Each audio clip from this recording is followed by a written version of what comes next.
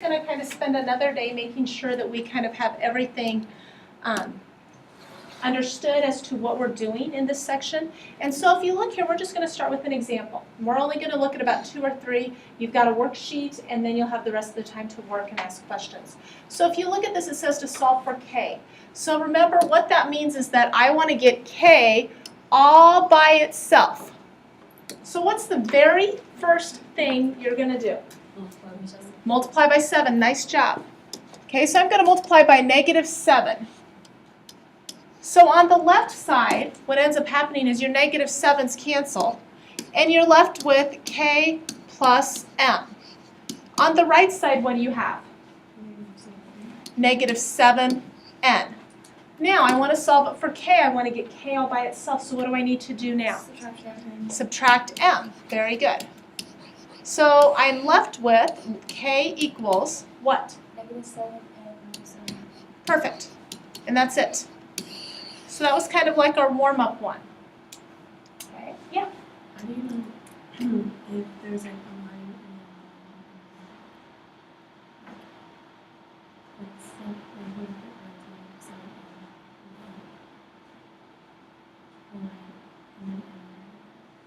It will have to be multiplied by. It would have had to be k times m, and then you would have divided. Okay. This one here, it was added, so that's why you subtract. Alrighty, let's look at this one right here. Now this is one that we ended with yesterday, real similar. And it says solve 6x minus 18 equals xy plus k. Now our whole goal is to solve that for x. But what do you notice? There's 2 x's. So if we remember from yesterday, what did I tell you you needed to do? Get the x on the same side, get both of them. So what do you want to move? Subtract the xy. Yep, good. So I'm going to subtract the xy from both sides. So on the left side, I now have 6x minus xy minus 18, and what will that equal? Okay, very good. Now what did I say we needed to do? Add 18. So basically I need to move everything that doesn't have an x to the other side. So I end up having 6x minus xy equals what? K plus 18. Now, do we remember what this next step was? It was kind of the toughest step of the whole problem. Okay, this is the step where we want to apply the distributive property in reverse. And if I notice on the left side, each of these terms has an x. So I'm going to go ahead and take that x out. And remember, I'm going to put a set of parentheses. So in looking at that, do we remember what would be in the parentheses right here? 6 minus y. So it's just like I'm taking that x away. And it's going to be everything that doesn't have an x that's going to be left inside the parentheses. Okay. And that's going to equal k plus 18. So now in order to solve for x, do we remember what we do now? Divide. Yep. Divide by 6 minus y. And the reason we divide is because this is x times 6 minus y. So what undoes multiplication is division. So I end up having x equals k plus 18 over 6 minus y.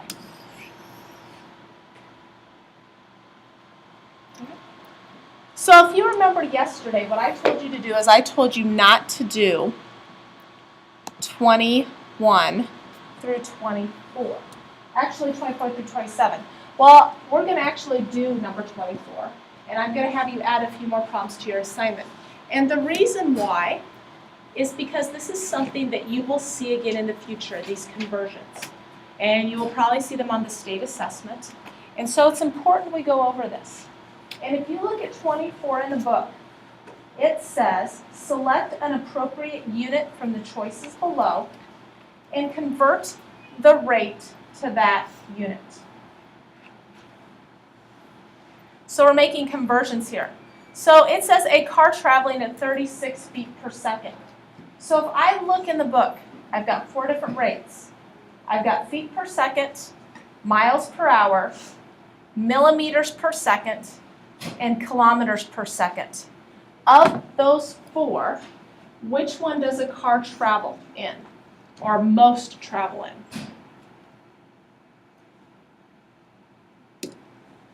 Okay, of those 4 in your book on page 129, I read those again, okay? It would probably help to have your book open. Okay, page 129. Of those 4 on 24 through 27, which one do you most often see a car's traveling speed in terms of? Miles per hour. So what I want to do is change this to miles per hour. So now this is 36 feet per second. So what that means is feet per second. That is how I can write 36 feet per second. I write it just like a fraction. So now what I want to do is I need to convert the feet to miles, right? So if I want to convert feet to miles, I need to get rid of the feet. So to cancel feet out when I multiply, I'm going to put them in the denominator. And I'm also going to put miles in the numerator because that's a conversion. Does somebody know the conversion between feet and miles? Okay. If you're looking for conversions, they actually have them in your book, and they have them on page 127 and 128. Okay, I will tell you right now that there are 5,280 feet in 1 mile. So now, I've converted feet to miles. I need to now convert seconds to hours. So, I see seconds are in the denominator. Where can seconds cancel out if I put them? In the numerator, so I'm going to put seconds here. And instead of going seconds to hours, I'm going to go seconds to minutes first. So what's the conversion with seconds to minutes? 60 seconds is 1 minute. Good. So now if I notice, I now have minutes because if you wanted to, you could start canceling these out as we go. You don't have to, but you could. And so now I actually have minutes. Well, I need to get rid of minutes, right?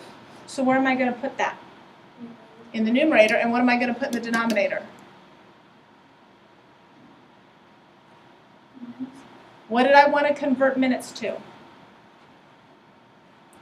Hours. Good. What's the conversion with those? 60 minutes is 1 hour.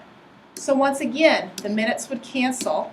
And if I look, I only have miles on the top, hours on the bottom.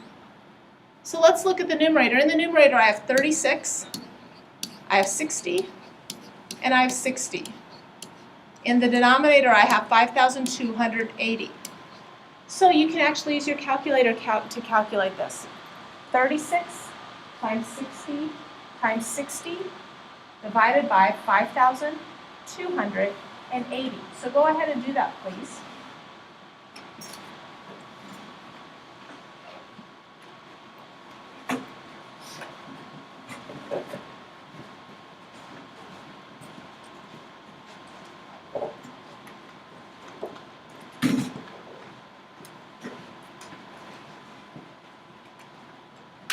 What did you get?